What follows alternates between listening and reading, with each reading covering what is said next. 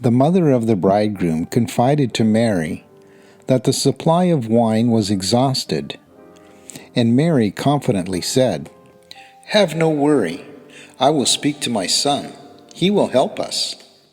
As Jesus was standing alone in a corner of the garden, his mother approached him, saying, "My son, they have no wine." And Jesus answered, "My good woman, what have I to do with that?" Said Mary, "But I believe your hour has come. Cannot you help us?" Jesus replied, "Again I declare that I have not come to do things in this wise. Why do you trouble me again with these matters?" And then, breaking down in tears, Mary entreated him, "But my son, I promised them that you would help us. Won't you please do something for me?" And then spoke Jesus, "Woman, what have you to do with making such promises? See that you do it not again. We must in all things wait upon the will of the Father in heaven." Mary, the mother of Jesus, was crushed. She was stunned.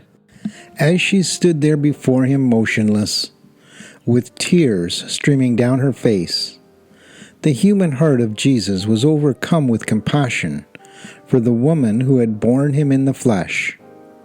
And bending forward, he laid his hand tenderly upon her head, saying, Now, Mother Mary, grieve not over my apparently hard sayings.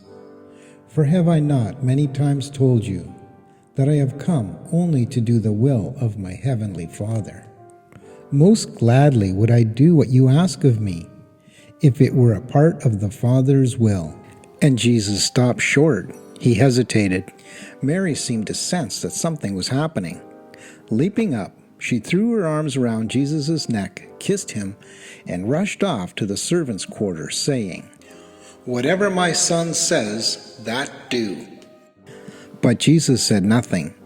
He now realized that he had already said, or rather desirefully thought, too much.